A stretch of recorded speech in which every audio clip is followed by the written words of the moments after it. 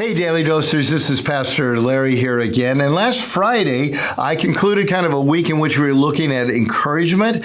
And I talked about how we're to respond to those who are most discouraged. I talked a little bit about the fact that discouragement goes from little things to huge things. It's like a downward staircase. And the further people go down that staircase, the more we need the counterintuitive response of not just a happy word, not just a hug, not a platitude, but just sitting down and weeping with those who weep.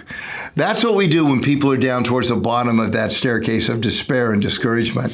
Well, I wish our daily doses were sometimes more than 3 to 5 minutes, because what I really wanted to do was not only talk about what do we do when people find themselves down that staircase, but what do we do when people try to encourage us and we're the one towards the bottom of the staircase. So that's what I want to talk to you about today. I'm not going to apply it to one biblical verse because it flows out of both experience and the gestalt, the big picture of Scripture. But I know when Nancy and I have faced difficulties, I think of one in particular, the time frame where her cancer looked like it was, well, maybe she wouldn't make it. By the grace of God, you all know that, things are fine, and we're talking really almost 2 decades ago. But in those dark moments, we had such incredible support from you here at North Coast, man. We had people praying for us, loving on us, all kinds of things. But at the same time, we received emails, cards, and letters that were well-intentioned to be encouragement, but in reality, they were discouragement. Oh, they were trying to help, but what they were doing was like pouring water on a grease fire. They actually made things worse. Why? Well, they would, they would come along and they would say things like, hey, man, we want you to know we're praying for you. And by the way, here's a link to essential oils or a brand new diet or a this or that, the solution. And they had no idea, because they hadn't been in that situation, how it's taken. And what they were really doing is they were sending a message to us: you brought this on yourself, and here's a pathway out. So first of all, for those of you that are trying to encourage other people, save the website, save the recipe, save the well-intended but incredibly hurtful advice that you give them. Now, for those of you that are down there and you're trying to figure out how do I respond in a loving way that was something so hurtful, I want to share with you something that we finally figured out in the midst of it and turned everything around.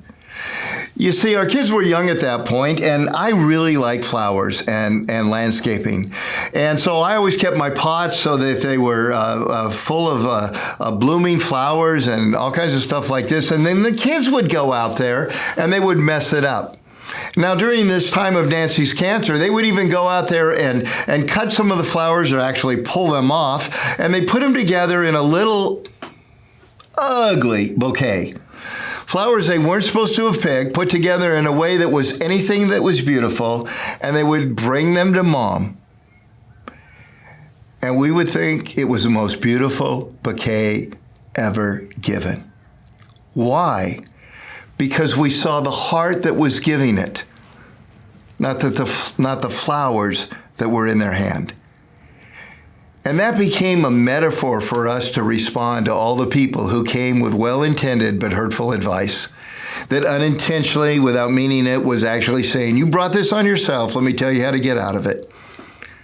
And when we were able to see beyond that to the heart that was sending us that recipe, that was sending us that link, what we saw was a very ugly email with a very beautiful heart behind it. So in this daily dose, when it comes to encouragement, I'm really giving you 2 things.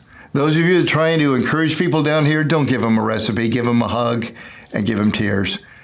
But those of you that have been hurt, don't take that fleshly response that only sees what they just said or what they just wrote or what they just did. See the heart behind it, and it will change your perspective completely. Encouragement.